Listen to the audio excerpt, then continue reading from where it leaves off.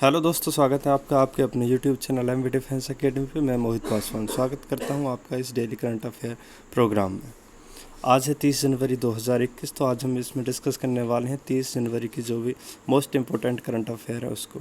और ये जो करंट अफेयर है सभी one day exams like SSC, railway, police, air force, navy, TET जैसी सभी एक दिवसीय परीक्षाओं के लिए बहुत ही महत्वपूर्ण है। तो चलो शुरुआत करते हैं, देखते हैं सबसे पहले जो प्रीवियस क्लास में आपको स्टैटिक जीके के जो प्रैक्टिस क्वेश्चन दिए गए थे उनका सही आंसर क्या है उसको डिस्कस करते हैं। तो फर्स्ट क्वेश्चन था, क्या राज्य के नीति निर्देशक तत्व जिनको डीपीएसपी भी बोला जाता है उनको क्या वैधानिक शक्ति प्राप्त है, क्या वो न्यायालय से परिवर्तनीय हैं? तो इसमें दो ही ऑप्शन दिए गए थे आपको, यस और नो। तो जो इसका सही आंसर था वो था नो, ऑप्शन बी। जो डीपीएसपी हैं उनको वैधानिक शक्ति प्राप्त नहीं है, उनको न्यायालय द्वारा परिवर्तनीय नहीं किया जा सकता, या कहें तो उनको फोर्सफुली लागू नहीं किया जा सकता। उसके साथ ही इनकी जो तुलना की जाती है नीति निर्देशक तत्वों की कभी कभी मौलिक अधिकारों से की जाती है एग्जाम के दृष्टिकोण से। तो जहाँ मौलिक अधिकारों को वैधानिक शक्ति प्राप्त है वहीं नीति निर्देशक तत्वों को वैधानिक शक्ति प्राप्त नहीं है। इसके बाद नेक्स्ट क्वेश्चन देखते हैं, क्वेश्चन नंबर 2 क्या था। तो क्वेश्चन नंबर 2 था कि जो डीपीएसपी हैं वो भारतीय संविधान के किस भाग में दिए गए हैं? ऑप्शन ए था भाग 2 में, ऑप्शन बी भाग 3 में, ऑप्शन सी भाग 4 में, ऑप्शन डी भाग 5 में। तो जो इसका सही आंसर था वो था ऑप्शन सी भाग 4। भारतीय संविधान के भाग 4 में राज्य के नीति निर्देशक तत्व या डीपीएसपी इनका उल्लेख किया गया है। उसके साथ ही बता दें हमने भाग 3 और भाग 2 का पहले ही डिस्कशन कर लिया है, जहाँ भाग 2 नागरिकता से संबंधित है और भाग 3 मौलिक अधिकारों से। और जो प्रीवियस क्लासेस थी उनमें हमने ये नागरिकता और मौलिक अधिकार इन दोनों टॉपिकों का रिवीजन कर लिया है इसी स्टैटिक जी के रिवीजन प्रोग्राम के तहत। इसके बाद हम शुरुआत करते हैं जो आज की मोस्ट इम्पोर्टेंट करंट अफेयर है उससे, और देखते हैं पहला क्वेश्चन क्या है। तो पहला क्वेश्चन है कि किस टाइगर रिजर्व के बफर जोन में एक बाघिन मृत पाई गई है? यहाँ बाघिन की बात हो रही है ना कि बाघ की, और ये टाइगर रिजर्व में वो। तो इसमें 4 ऑप्शन दिए गए हैं आपको। ऑप्शन है Kanha tiger reserve, option B Panna tiger reserve, option C Bandhavgarh tiger reserve, option D इनमें से कोई नहीं। तो इसका सही आंसर है option A Kanha tiger reserve. हाल ही में कान्हा टाइगर रिजर्व में एक बाघिन मृत पाई गई है जो बाघ का फीमेल होती है, वो भी इसके बफर जोन में। तो यहाँ पे हम बात करेंगे बफर जोन क्या होता है उसकी भी।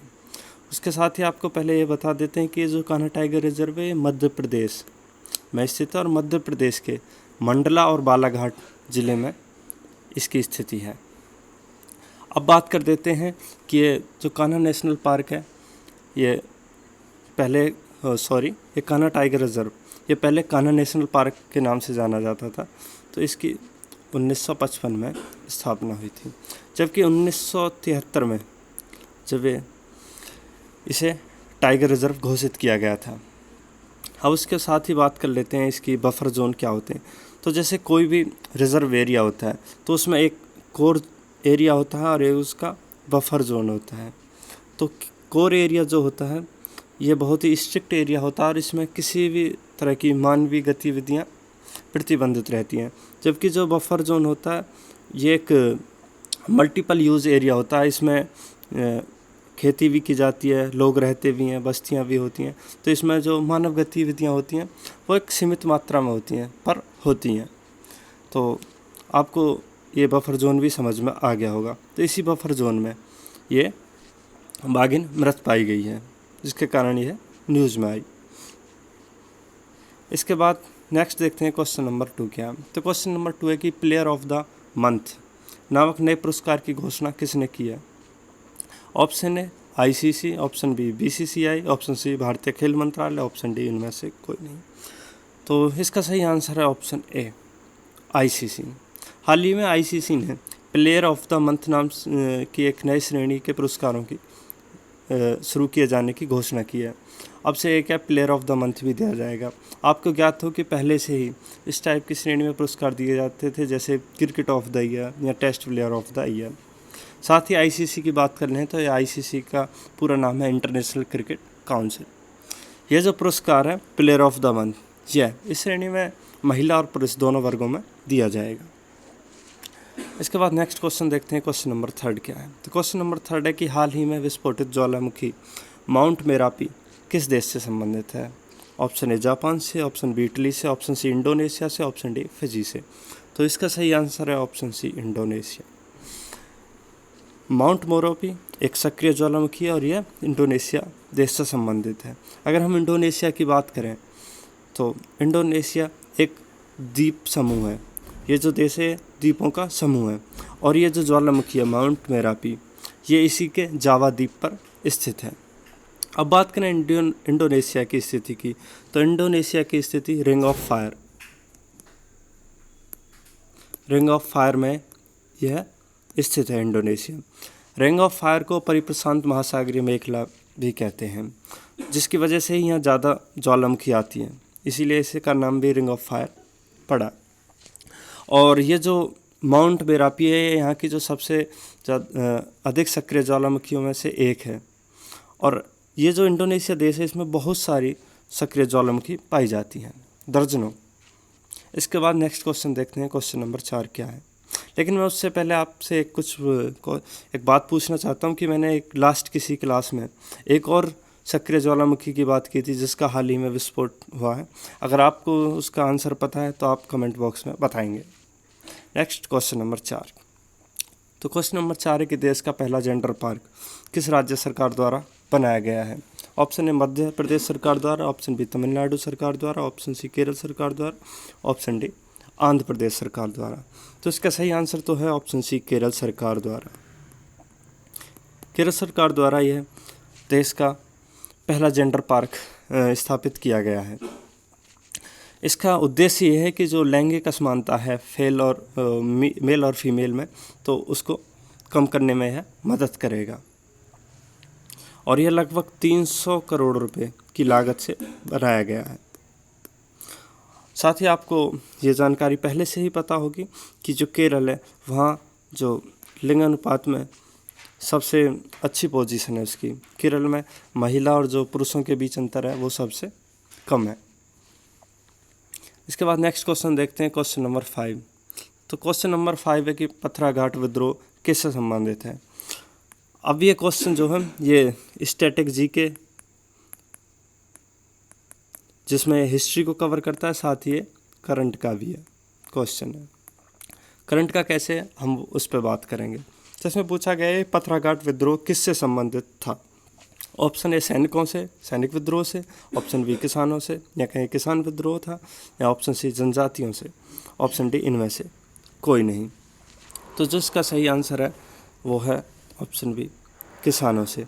ये किसान किस टाइप के थे, ये जनजातीय टाइप के ही किसान थे, पर हालांकि इसको जो कैटेगरी दी गई है वो किसान ही दी गई क्योंकि उसमें गैर जनजातीय भी शामिल थे, पर मोस्टली इसमें जनजातीय किसान ही थे, तो इसलिए इसको किसान कैटेगरी में ही डिवाइड किया गया है। अब बात करना है इस पथराघाट की, तो अगर स्टैटिक जीके के तहत देखें तो ये हिस्ट्री का एक पार्ट हो जाता है। तो 28 जनवरी 1894 ईस्वी में, कब 28 जनवरी 1894 ईस्वी को, जो कि लगभग जलियांवाला जो हत्याकांड हुआ था उससे 25 वर्ष पूर्व की घटना थी।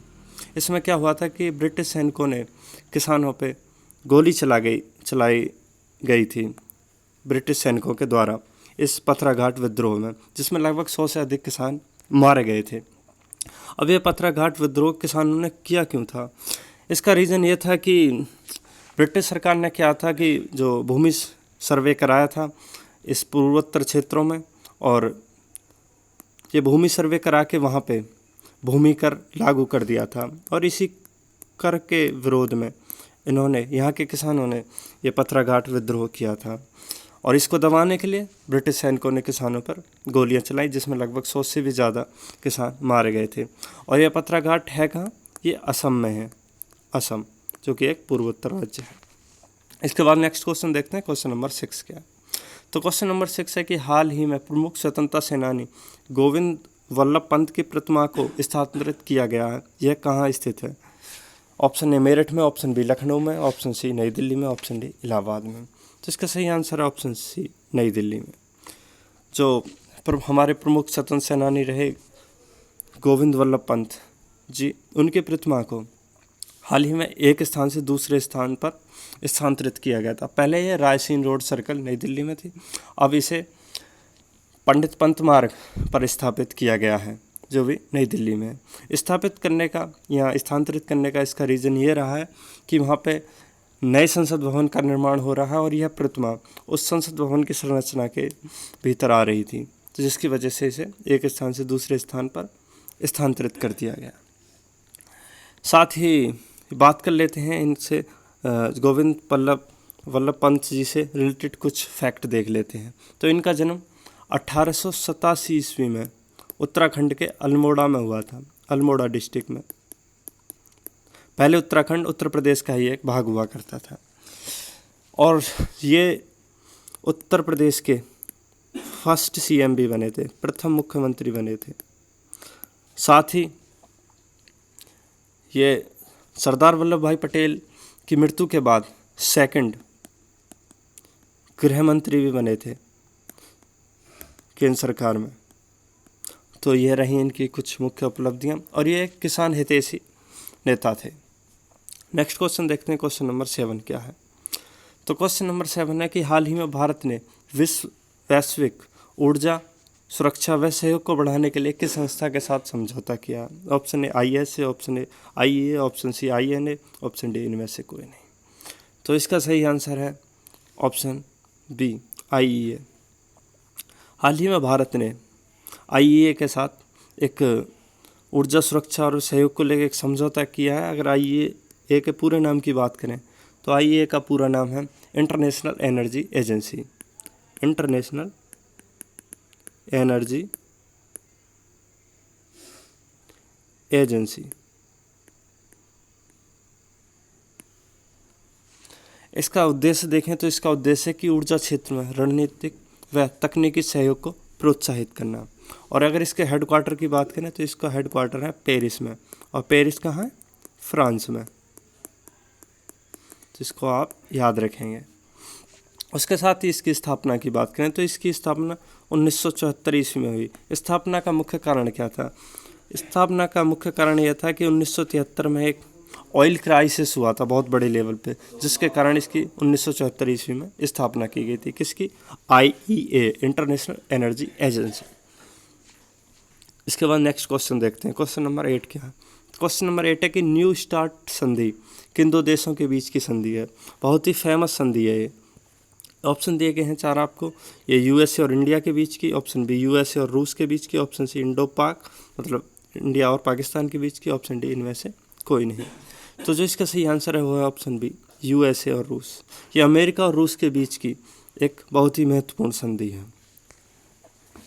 अभी इसका चर्चा में आने का कारण ये है कि हाल ही में रूस ने इस संधि के विस्तार को मंजूरी दी है, क्योंकि यह संधि फरवरी 2021 में इसकी अवधि ख़त्म होने वाली थी।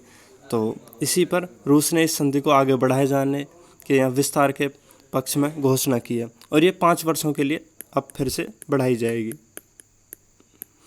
अगर इसके इतिहास की बात करें या पृष्ठभूमि की बात करें तो ये फरवरी 2011 में लागू हुई थी। कब? फरवरी 2011 में संधि लागू हुई थी।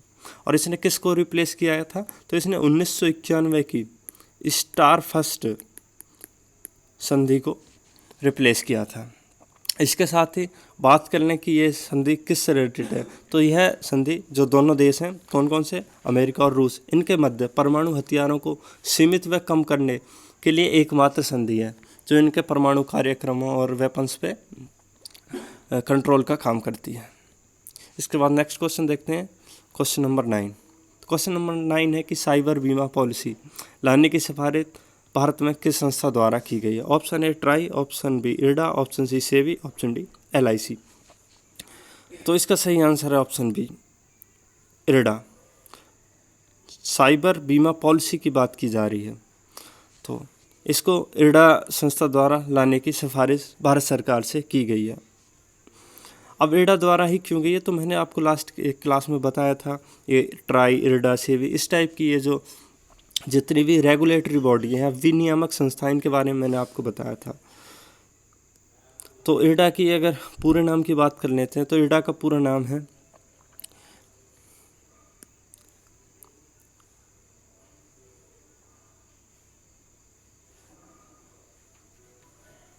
Insurance regulatory and development authority of India. तो जैसे ही इसके नाम से ही पता चल रहा है आपको कि हाँ इंश्योरेंस को या बीमा कंपनियों को ये रेगुलेट करती है, कहीं ना कहीं उनको कंट्रोल करती है। ये जो रेगुलेटरी बॉडी होती हैं, ये विनियामक जो संस्थाएं होती हैं, ये सरकार से स्वायत्त होती हैं, मतलब ये अपना काम स्वतंत्र रूप से करती हैं। इनको विनियामक संस्था, आप इसको पॉलिटी में भी पढ़ेंगे संस्थाओं के टाइप में। और वैसे मैंने लास्ट क्लास में बताया आपको कि संस्थाएं कई प्रकार की होती हैं, संवैधानिक संस्थाएं, वैधानिक संस्थाएं, विनियामक संस्थाएं, तो उन्हीं में से एक है विनियामक संस्था। साथ ही साथ मैं इसके साथ ही ये ट्राई भी एक विनियामक संस्था है और ये सेबी भी एक विनियामक संस्था है। ट्राई जो है वो टेलीकम्युनिकेशन से रिलेटेड है और जो सेबी है वो स्टॉक एक्सचेंज इससे रिलेटेड है। इसके बाद आपके लिए कल के लिए एक प्रैक्टिस क्वेश्चन, साथ ही यहाँ पे केवल आपके लिए एक ही प्रैक्टिस क्वेश्चन दिया गया, जो भी इसका सही आंसर होगा तो आप कमेंट बॉक्स में बताएंगे। तो क्वेश्चन क्या है पहले उसको देख लेते हैं। क्वेश्चन है कि क्या भारतीय संविधान में उल्लेखित मौलिक अधिकारों में संशोधन किया जा सकता है? ऑप्शन ए और ऑप्शन बी, केवल यहाँ पे आपको दो ही ऑप्शन है, यस और नो। तो जो भी इसका सही आंसर है वो आप कमेंट बॉक्स में बताएंगे क्या संशोधन किया जा सकता है या फिर नहीं किया जा सकता है। And thanks for watching this video and concentrate. और जो भी नए हैं इस चैनल पे वो प्लीज़ इसको सब्सक्राइब कर लेंगे एंड शेयर, और इस वीडियो को ज़्यादा से ज़्यादा शेयर करें जिनके लिए भी useful and help each other, और एक दूसरे की मदद करें। If you want the PDF of this file तो then you can also join us on Telegram. ये टेलीग्राम ग्रुप का नाम यहाँ पे दिया गया, आप इसको सर्च कर सकते हैं और इसको ज्वाइन कर सकते हैं।